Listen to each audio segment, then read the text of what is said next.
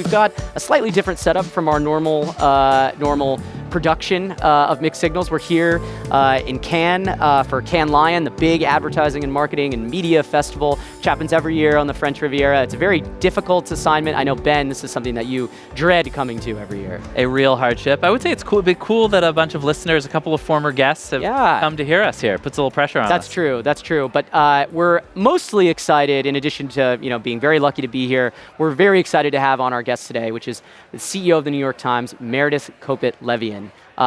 Ben, Meredith was maybe kind of your boss? Not my boss. Not we can talk about that more with her. Yeah, absolutely. But she's running one of the most interesting, successful, complicated media businesses in the country, in the world. Navigating Trump, navigating AI, navigating video in an interesting way. Well, we're excited to talk to her about it right after the break. Thank you guys so much for joining us. I'm so excited to be here with Ben. Would you like to introduce our guests? Yeah, so yes, thanks so much for being here. And we are thrilled to be joined by, I think, the most successful news executive in the world right now. Wow. That was easy. I'm scared of everything that comes after that, Ben Smith. Right, who told us that she was looking forward to this interview less than anything else at Cannes. Who joined the New York Times in 2013, running the ad business, quickly expanded her role to take over the subscription business as well, and has balanced those two in a way that is people outside don't always realize, but I think people here probably do, how challenging that is to manage. And in 2017, took over as CEO of the Times, has seen its subscription business grow, where basically all of its competitors become the envy of the entire global news business, held on to and grown its ad business at the same time, and done a number of acquisitions from the sports site The Athletic to one of the great coups of modern media, which was acquiring Wordle for like a quarter in an incredibly bold move. It was a little less expensive than The Athletic. Yes. We bought them the same week. And so thank you so much. I'm so happy to be here. And I just want to say, I think these guys are my running partners because I've listened to most of your shows, maybe all of them, certainly most of them, and I listen while I run. So I just feel like we're out on a run. Absolutely. The show gets the heart racing a little bit. It makes you need to physically move your body. But how's Cannes going so far, Meredith? It's great. I love being here. I've been here countless times. I joke I have my Monday Cannes outfit, my Tuesday Cannes outfit. Something feels a little different this year, which I'm really enjoying. It feels like there's keen interest in what happens if companies and brands sort of cease to do the very long-term investment in creative and kind of reputation and the core value of the brand, that we're in a moment where math and machines are playing a giant role in marketing, and I am appreciating what feels to me to be an undercurrent of let's not sort of lose the plot that most companies are about the value they give to the world and the values that go with how they give that value. And that is often expressed as kind of long-term brand work. And I feel like in a lot of the conversations I'm in, there's real interest in protecting that. And I think that's really important. I think that, I work at a lot of the reason the Times has had success is it's an extraordinary brand that has real values and a lot of value at great scale. And I think it's because we've invested in that brand for a very long time. And so it feels like there's this sort of refreshing undercurrent that it's not all math and machines. I like that's good to hear.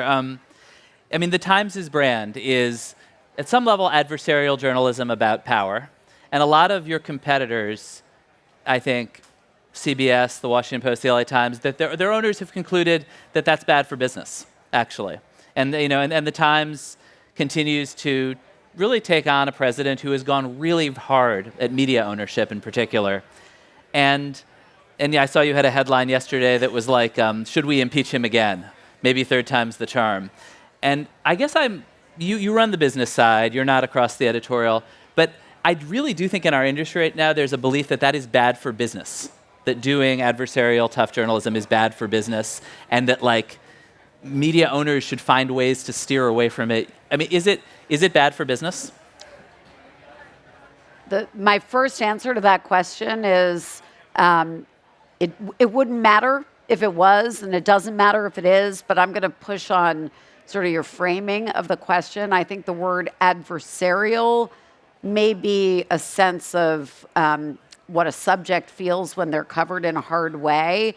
I would say the Times' role and the role of the quality independent journalism, the role of the press, what we're all doing is to hold power to account and to sort of unearth the facts that really matter to society. And sometimes that may feel adversarial to anyone in power, but I don't think that's the point. Being an adversary is not the point. Holding power to account in a way that is useful to society is the point.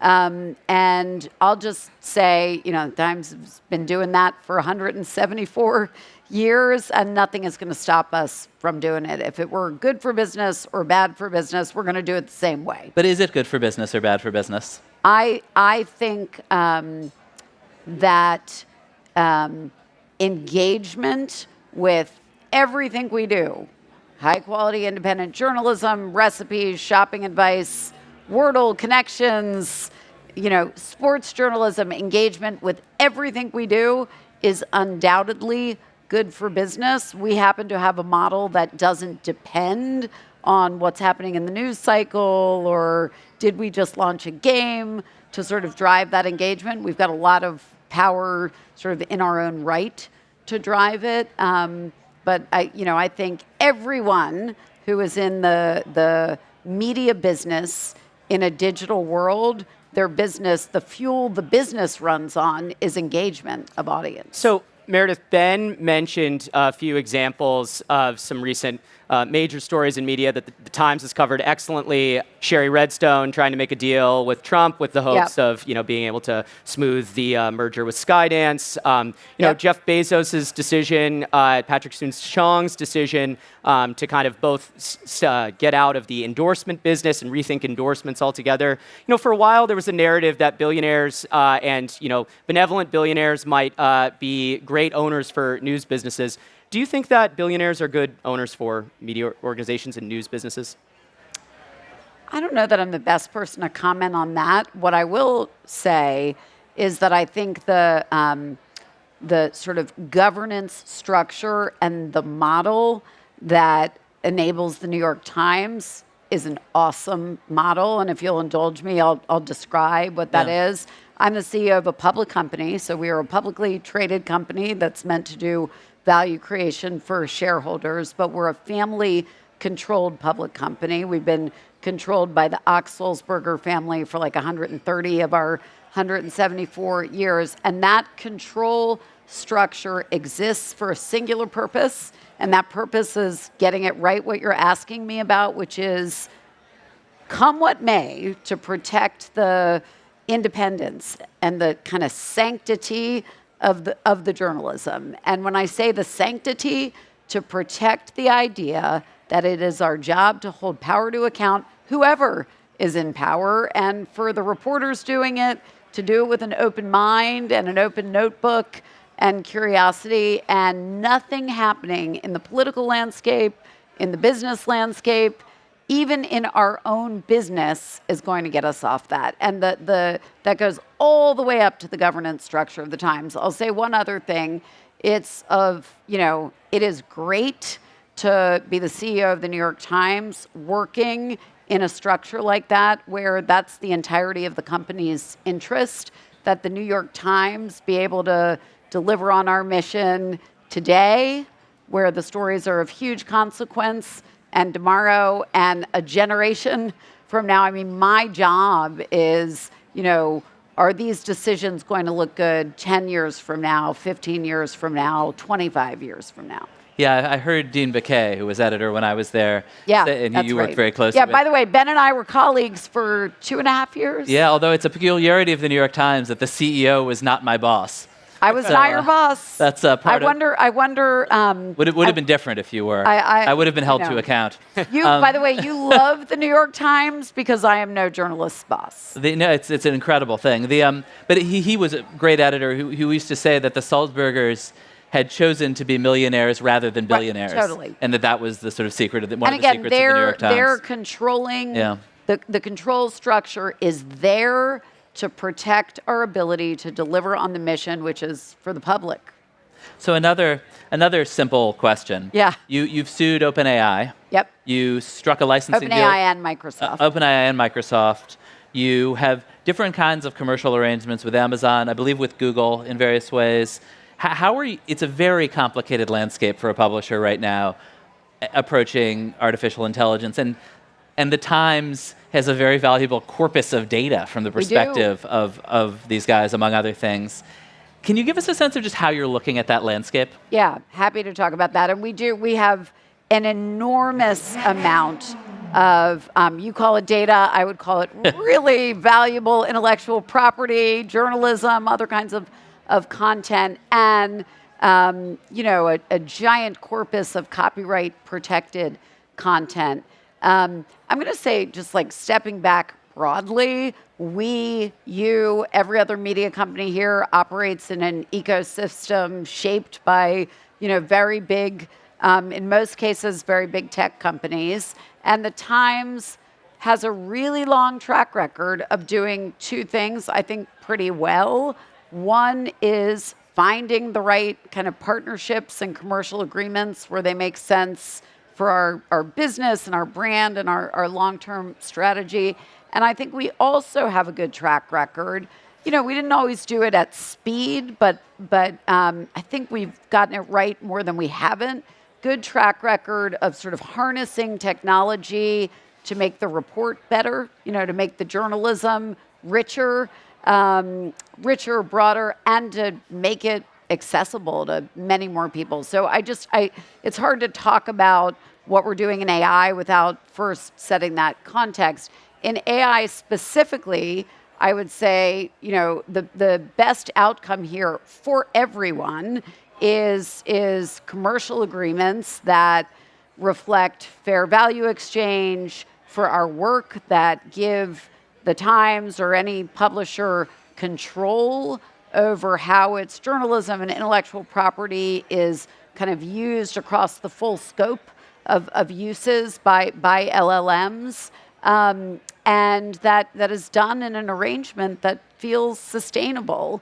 That's the best outcome. We've just done a multi-year agreement with Amazon, and you can imagine we feel like that agreement reflects what I've just said. And where that doesn't happen, we are prepared to enforce our rights because the stakes are really, really high here for everybody. By the way, the stakes are high for the Times.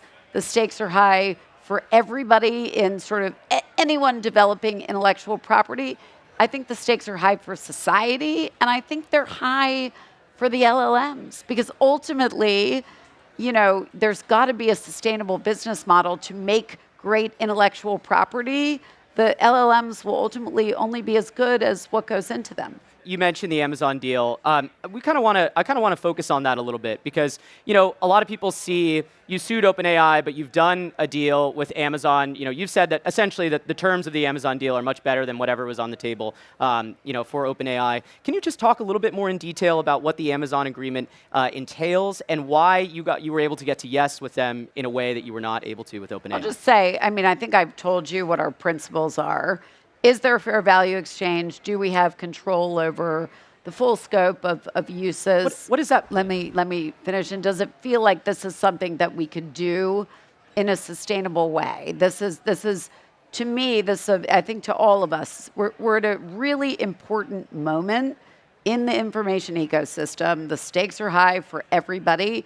And so we're being really thoughtful and deliberate about what we're doing. What does it look like? It looks like our journalism from the Times, from the Athletic, from Cooking, will be featured across a range of Amazon products. And we're excited about that. And we're excited to have that be a way that we get our work in front of more people. And they're not training on any of the on any of. I mean, you can go in and read what we've said about how they're using our work, but it's a fairly broad agreement, but it's one that we entered into with a lot of care and deliberation for what does the market look like for this over a long time horizon. Ben knows this from working at the Times. We don't, maybe to a fault sometimes, we don't take much lightly at the New York Times. We do things sometimes more slowly than other companies, but we do it with a lot of care and deliberation and with regard to how's this going to feel, as I said before, in a decade. Yeah, when I wrote a book about BuzzFeed and the New York Times, and when we were at BuzzFeed, for a while, we sort of almost thought it was ridiculous how slowly the Times was getting onto the internet. And it feels like, and in the end, the Times won and BuzzFeed lost in that, basically. Do you think that but it almost feels like the Times' strategy is not to fast follow, but to slightly slowly follow, watch the mistakes other people make, learn. Will that work in this moment when things are moving so fast? It's such a good and important question. And I want to be clear, it is not, you can only move so slowly. It's not always good to be slow. I'm not sure that we're all, slow is probably not the right word. I think we're really deliberate. We do two things I think really well when it comes to change, and we do lots of stuff not so well, like every other company. But the two things I think we do really well, we are really sharp on. This is the very small list of things that cannot change, because if they change, the whole thing breaks. What are they for the Times? We seek the truth and help people understand the world. We hold power to account. We do it without fear or favor. And we are in the business of directing attention to important things. That's like the tiny list of things that can't change, can't be broken. Everything else can change. And I do think we are working our tails off to move at speed with how those other things can change. When you talk about AI and the relationship between the Times and publishers generally and big tech, I think we learned a lot. I think the current leadership team of the Times, and certainly you, Ben, Max, you're younger than us. I'm much older than Ben, but you're in my cohort. We sort of came of age. You were one of the shapers at BuzzFeed of what the last era looked like. And I think the stakes were high then, and I think the stakes are high here. In that era, I'll tell you, if it was a 25-year transformation of the newspaper business that we're kind of at the end of one cycle, I think the Times probably moved pretty slowly in the first half of that. Was that good or bad? I don't know. I wasn't there then. I think the thing we did really well is we made some big counter-conventional decisions, really big decisions that looked different from everybody else. And then we gave them a lot of time to play out. We said, we've got to be a destination, to your BuzzFeed point. People have to come to us. The best experience with the New York Times has to be on our own products. We said we have to have direct relationships. We've got 150 million registrations and counting. Said we have to be a daily habit. We have to be something people seek out and ask for by name and make room for in their lives. We called that a decade ago. We're still at that. So some of it is like, can you make really big calls about where the industry is going to go and actually commit to them and give them time to play out? Yeah, I'm glad you were able to learn from our mistakes. I don't know, though. It looked like a mistake at the time. We learned a lot from BuzzFeed, too, about how to use sort of, the innovation report, which sort of kicked off the period of change at the Times, which basically authored by A.G. Sulzberger, our publisher, and a team of people, basically said the Times is still crushing it at the journalism, but losing to everyone at finding an audience for that journalism. And it's funny because the Times is very deliberate. You actually, you can just tell talking to you and anybody who knows your career, you move fast and you're very decisive. And to me, the really great stories of the Times recently was the Wordle acquisition. I think it was the same. So you We bought. did move really fast on that. You bought the. It was in 2022. You bought. It seems roughly the same. Certainly the same month. You bought the Athletic for Like, I think it was more the than same five week. more I than think it was the $500 same million week. dollars. I think you can confirm that the It was a Wordle you small paid number. less than 1% of that. It was right? a small number. I'm curious. Like, can you just talk a little bit how that has paid off? Would you say that the value of Wordle is more than? I think it was reported as low seven figures. My favorite thing about Wordle is that every minute of every day, 2,000 people share their Wordle score. So it's just like tens of millions of people play our games every single day. It's like an extraordinary number of people, and it's something like if you play daily, you play, and not just Wordle, Connections, Strands, all really big games. Do you think Wordle is worth more than the Athletic? Let me tell you what we have with the Athletic. That's a really fun question. What we have with the Athletic, I am so proud of the Athletic acquisition. And you talked about us being deliberate. We're also really trying to think big and for the long term. And, there are tens of millions of people on this planet who care really deeply about sports. Or somebody sent me a picture of himself in a Jets jersey yesterday who's in the audience. Tens of millions of people, curious people who care deeply about sports.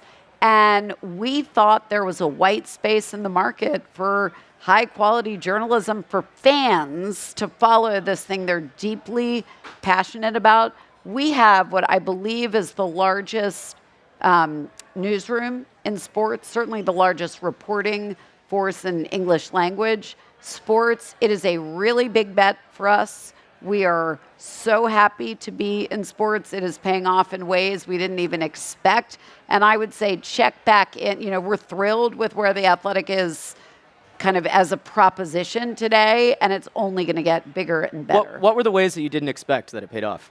I'm not sure I should say this publicly, but I had spent my whole career as an ad person working like in news on serious things, and so had many of the people around me at a high level at the Times. Many of us who were making decisions about how to think about the Athletic and the value and what it would do for us. And I just think we really underestimated how cool and fun and great it would be to be in the sports business for marketers. Yeah. It has just been awesome. It's like as fast as we can grow audience and awareness, we have lots of opportunities. We are so excited about them to work with brands. And we've brought in new brands who were like never in the Times, who do stuff with the Athletic, and even brands that are in the Times have other parts to them that they do with the Athletic. So it's been great. So part of that acquisition was the goal was kind of trying to help reach the ambitious subscriber goals that you guys have set for yourselves. Yeah. And part of that was addressing. I'm assuming reaching men across not just on the coasts, right? Men across the central part of the United States and other different parts of the United States where there weren't as many New York Times subscribers. I'm curious what groups are you guys looking to reach, and what do some acquisition targets look like? I imagine you were talking about how there are some things that you guys don't do particularly well. I imagine that there are some groups that you might want to reach a little bit better as well. I'll say a couple things about that. One of the great things about being at the New York Times and the sort of governance structure I described is we don't really chase audiences. We certainly don't chase audiences with the journalism. You've probably heard us say that a million times in your brief tenure with the Times. We want the New York Times kind of writ large, including, certainly the news coverage, but also games and recipes and sports and shopping advice. We want to be for curious people everywhere. So we have really big ambitions for how large the audience can be. One of the things that when I was preparing for our advertiser Newfront, we hadn't done a Newfront in years, and we did a big Newfront this year. One of the factoids I was given that I hadn't even seen yet was that our audience is growing fastest, like for the Times writ large, news too, not just sports, but writ large in the South and Midwest. On the Athletic, what do you think is the biggest sport followed on the Athletic? It's not football? The NFL. It's both footballs. Okay. Football OO and football FUT, right? But particularly the NFL. So it absolutely brings a different cohort to the Times. But to be clear, a third of all American adults come to the Times every week. So we are all ready for a giant audience, and we want that to be much, much bigger. What we really want is tens of millions of people who are coming directly and who are coming multiple days a week. And that's like a huge focus. We have to take a break, but we'll be right back after this message. Josh, you are a seasoned veteran of Cannes. We're here in your beautiful space. You've been coming here a long time and seen lots of trends come and go. One thing I've noticed this year is AI has not gone as a trend. Still what people are talking about. But I'm curious, as somebody has been coming here a while, are there nuances? What's sort of the shape of the conversation in Cannes this year? So it's the best of times, it's the worst of times. That might be the universal marketing mantra of 15 years of attending this Cannes advertising festival. Maybe because us marketers are kind of insecure or a little paranoid, we always seem to obsess about the thing we think is going to kill us. So looking back over those 15 years, ad skipping was going to kill us. And then programmatic and the rise of mobile and digital transformation and regulation and on and on and on. And now AI. And yet, here we all are at this festival, which I think is bigger and better than ever. And actually, I saw a panel earlier this week, and Brian Weiser gave me this good quote, she probably stole from someone else, about how agencies are cockroaches, not dinosaurs, which I really, really like, because in marketing, we somehow think that we're going to be made obsolete by everything versus recognizing that we adapt, we survive, we thrive, and we actually make things better by working with our stakeholders inside our companies. So it sounds like you're feeling reasonably optimistic. I am feeling really optimistic about the future of marketing for the next 15 years, driven by three things. First, we sell to humans. Humans love stories, they love laughing, they love crying, they love being part of something bigger. As long as our brands and our companies are selling to actual humans, then those humans are going to need to be activated by other humans who understand and have empathy for how to engage with them. Second, look, there's never been a better time to be in marketing just because some of the tools and canvases we have to play with. So just take my company, Google. There are going to be 5 trillion searches this year. 5 trillion. It's a mind-boggling number. It's a 5 with 12 zeros behind it. Every single one of them an opportunity to discover, engage, and connect with a customer. And then YouTube. Billions and billions of hours of watch time on large screen TVs, on your phone. Again, this rich canvas for us to actually activate customers and provide value to them as we sell our products into the world.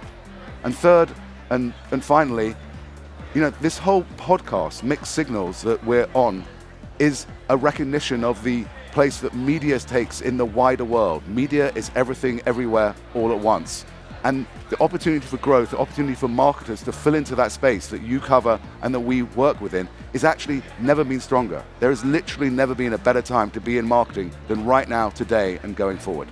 Where can people find out more about what you've learned in Cannes this year and what we've all been trying to figure out? Well, head on over to thinkwithgoogle.com, where the latest Cannes updates, latest videos, and latest news from Cannes will be there, minus the rosé and the sweaty shirts from sitting in the too hot sun. Well, thank you, Josh. I'll take that personally. Okay. See you soon, Ben. Yeah.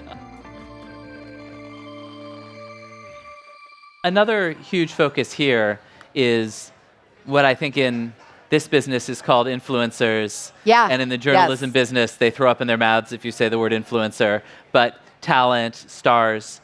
And I think when I was at the Times, I think one of the big tensions for all newsrooms right now is this sense that they were big industrial organizations where everybody was a cog in the machine. And now suddenly you have this outward-facing talent. They're in video. People care about their bylines. They're on TV. And I'm just curious, how as CEO, you have Maggie Haberman, great political reporter. You have Jodie Cantor, the only, can't miss, somehow has penetrated the U.S. Supreme Court with reporting. Yeah. How do you value talent, and how do you think about how do we compensate? Jodie or Maggie generated an outsized share of the value of the New York Times. How do you retain people like that? How do you compensate them? I think Ben is saying they could make more money. Ben's like, do you want me back? Let me tell you what it's going to take. No, but shouldn't Jody and Maggie be making $10 million each? I want to, so first, let me say, if you haven't already today, I literally, on my way in, I stopped under an umbrella and I watched, there's this incredible Jonathan Swan video. Yep. He's, where he's describing, and I had been at an event with him 2 weeks ago, and he had said, like, whether or not Israel moves against Iran sort of independently is like such a giant thing that's unfolding now. And he has this incredible, like, 90-second video describing Trump and Netanyahu and their relationship and what might happen next. He is a total star. Jody and Meghan are stars. Sorkin is a star. Sorkin's here, by the way. Barbara is a star. I want to say the Times is a great big institution, and we are also an institution that is a collection of individuals who, like, absolutely, like, make up the place. And our job, the way I think about it, is our job is to make it so that whether you are that level of famous or not, you come to the New York Times, and what do we give you? We give you an opportunity to do the best work of your life and to have that work seen by a giant audience. And also, by the way, if you're Ezra Klein or some of these other folks, be read by every president, be read by every member of the court. If you're Jody, be read by every member of Congress. If you're Sorkin, every CEO, and to have the sort of talent around you who can say, I'm trying to do something really tricky. The Times has the lawyers who can help you get to that information. I'm trying to do something that's hard to get people to engage with, who has the visual talent to help you do that, and so on. And so the proposition, I want to be clear, these guys are worth so much, so much. The proposition is we want to be the place where they can come and honestly have the time of their lives in the work and have that work that sounds like your impact. That sounds like you're trying to persuade them to take kind of below market pay in exchange for that. I don't think anything I just said is about pay. I think it's really about sort of the proposition. I have no doubt that someone like Ezra or Andrew, any of the people you've named, could be anywhere. Well, you mentioned Ezra Klein, and so it's a great segue because I've been increasingly watching his videos on YouTube. We're here. This is in Google's lovely space. Thank you so much. There's Google. Like a YouTube. There's we got YouTube branding all over. Here. There's a big logo, maybe somewhere over here. You guys have increasingly been posting a lot of your videos on YouTube. You've done it for a long time, but it seems like you guys are making a more concerted effort there, as many other media organizations, creators, and whatnot are also doing. I'm really curious. Can you build a business there? And does the Times want to build a business there? Or is YouTube more of a vehicle for discovery and like a funnel into the Times?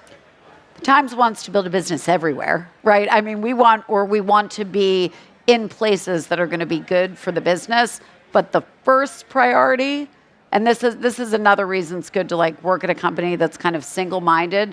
The first priority is, how do you get the work seen? Really important work seen by the widest possible audience. So what was the calculus on Ezra? That guy is doing really important work. By the way, Ross Douthat, if you haven't listened, interesting times. It is amazing, if Ezra is sort of exploring the topics that are, examining a progressive point of view. Ross Douthat is doing that with a conservative point of view. It's extraordinary. Both those shows are on YouTube. And the most important thing we can do, and this is like a governor for the Times, is get the work really widely seen, particularly in a moment where I do think, maybe I've said this my whole, media habits are always up for grabs, and many people are getting lots and lots of news and information on YouTube, on TikTok, on Instagram. We're in those places because we want the work seen.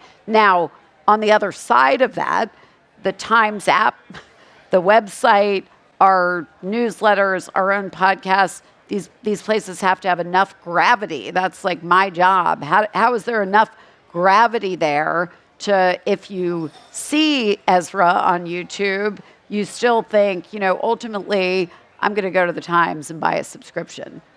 One of the things that we sort of obsess about, and I think that lots of people in media are obsessing about, I see Chris Balfe here somewhere, who's a pioneer in this particular space, but is the extent to which it feels like everything is becoming television again. Yeah. And one of the things about these Ezra videos, they're beautifully produced at a level that podcasts did not used to be produced at.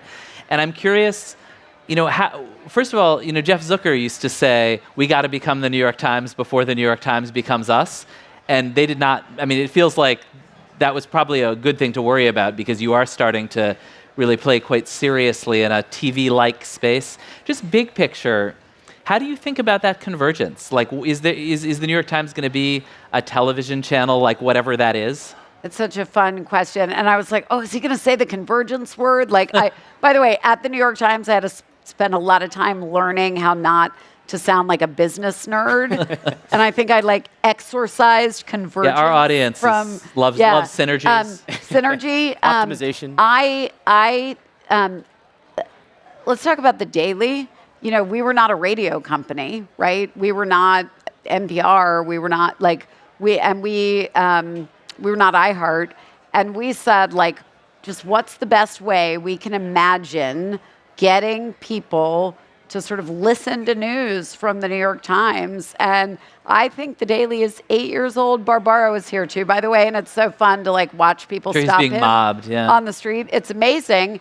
I think The Daily was the #1 podcast on Apple last year, broadly, and it is, I think, the #1 news podcast in a wider set. Still, 8 years in. So our calculus is just how do we make something awesome that really is meant for the format that, it takes us a minute. That's a place where we are probably slower than others. We were much slower to be on TikTok than every other media company. And we were, so we're probably slower. We did not pivot to video when everyone else was pivoting to video. And it took us real time to sort out the video thing is really what Ezra is doing, and it's what I just described Jonathan Swan is doing, or Jodie Cantor did on our Amy Coney Barrett story. But do those wind up being licensed to NBC as quote-unquote television shows? I'm curious how you see the course of the industry. Do you think that's where that's going? I don't really know. I'm curious what you think.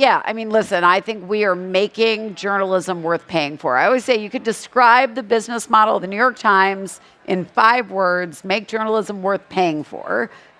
Ideally first by consumers, but, by someone, right? Paying a premium for by someone. Today, we are athletic journalism. New York Times is not on Apple News. Our athletic journalism is on Apple News. We're building the Athletic brand. We want it on the 2 biggest news apps there are. So more people know it's there. I would say in every dimension, we're making journalism worth paying for, and we're open-minded about what that's going to look like. Well, Meredith, we've got one last question for you because oh my God, are we almost done? This was fun. Yes, we're almost done. And even though we're here in the south of France, I feel like everybody who I recognize out here is from New York. Don't ask me who's going to be mayor. Well, we want to ask something related because Ben, I know what you're going to ask. Yes, exactly. You know where I'm going with this, which is earlier, or I think it was last year, the Times basically made the announcement they were going to endorse. Now, recently they put out this kind of halfway quasi non-endorsement. Ben actually set up his own independent media company because he was so upset about the New York Times. I didn't think you should ask about this. Ben doesn't think we should ask about this, but because we have so many I'm New not Yorkers going to in the answer audience, it, Matt. you're not going to answer it. I don't know what the question is. Well, I guess the question is just, do you think that the New York Times is giving up a little bit of its power in shaping the race and the dialogue in New York City by not endorsing in the election, in the mayoral election? I think from the beginning of time until the end of time, the real power of the New York Times is to give people understanding. And I think there are going to be lots of different ways we go about doing that. I think the most important way we go about doing that is unearthing new facts. Experts unearthing new facts with real judgment about why those facts matter. And I think we're going to do that lots and lots of ways. And, that's my answer. All right. Well, I think that's a great place to leave it. Meredith, thank you so much for doing this. This was really fun. Thank you, Meredith. Thank you. Google. Really appreciate it. Thank you, guys. Thank you so much. This was really fun, Meredith. Really fun. So Ben, how do you feel like that interview went? You got a sense of both how successful she's been and how successful the New York Times has been in balancing these two things, which is one, just having zero question that tough journalism is the heart of the business, that they'll make commercial sacrifices if they need to. And then on the other hand, building all these pillars around it and almost like defenses around it. Yeah. So that if Trump decides that he's trying to kill the journalism, they have cooking, they have this whole range. They have Wordle of products. I mean, it's a really remarkable story that I don't think anybody would have predicted 10, 15 years ago. Did she say anything that surprised you? I think I'm interested in what they imagine their deals with these AI companies are going to be. I think that they are. You could just tell how pleased she was about their Amazon deal, which just must reflect that it's an enormous amount of money over a really long period of time. And it did make me think, this is for the media companies with the leverage to pull this off. And the Times may wind up being the only one. That's an amazing revenue line because you're bringing in, I would assume, tens and tens of millions of dollars at zero cost to you. Yeah. It's just newfound money on an annual basis for a long time. I mean, that's an amazing business. I thought it was really interesting, though, that she obviously, we kind of I pushed her a little bit, to kind of clarify some of the terms of that deal and why the deal with Amazon worked out and why the one with OpenAI wasn't going to work out. I mean, I think to me it seemed like she indicated that it's a number. It seems like, but I felt a little bit like we didn't get the clarity that at least I was seeking in terms of like what is actually in the deal in terms of what Amazon is doing with New York Times content. I still feel like I don't understand the answer to that question. And they're going to be promoting the Times across their huge surfaces in ways we don't totally understand. One thing I was curious about, you were sort of pushing her on acquisitions, and like a smart CEO, she wasn't about to tell you what they're going to buy next. I don't know, what should the New York Times acquire? Where do you feel like they've got opportunities or new audiences? I actually feel like there is an answer to this question. I was curious if she was going to go there, but she didn't, which is younger people. I think that acquiring she talks about how many adults, she said 1 in 3 adults, engage with the New York Times in some sort of way, which is obviously an amazing success.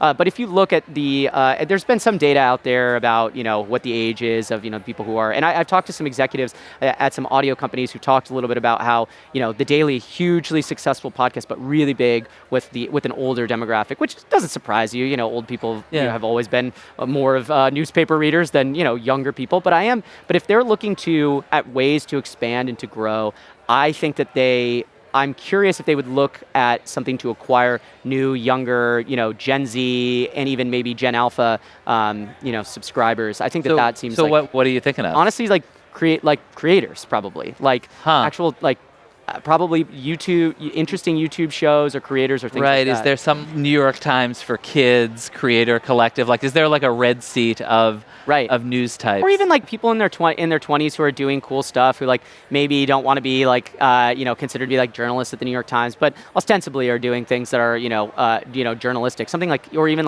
Cleo Abram, shows like that, acquiring things in the manner that we've seen Vox Media do, or you mentioned Red Seat. I don't know. I feel like there might be something there. Those are ad businesses. They're not subscription businesses, but that's where eyeballs and attention is. Yeah, and I do think, it's really, her career is really interesting in that regard because she was an ad salesperson who came in and made this very determined effort to be no, I'm going to own subs, and became CEO through her success running a subscription business. And then I think has found, as you talked about The Athletic, advertising isn't so bad. Yeah. And in fact, the huge problem with The Athletic when it was independent was that they kind of didn't like advertising, and the Times has been able to switch on an advertising business.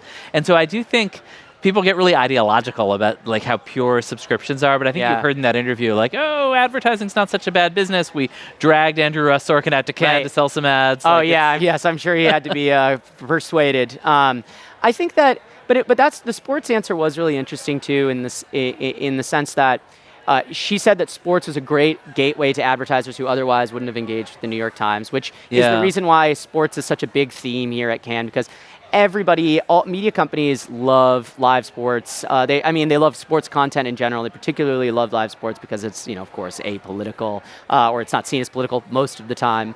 And it opens up, it does open you up to a huge, broad swath of audiences. Speaking of which, we should do more sports. We'll have to think a little bit Maybe more listeners about that. Can help us. Yeah, exactly. Listeners, let us know who from the sports world we should have on.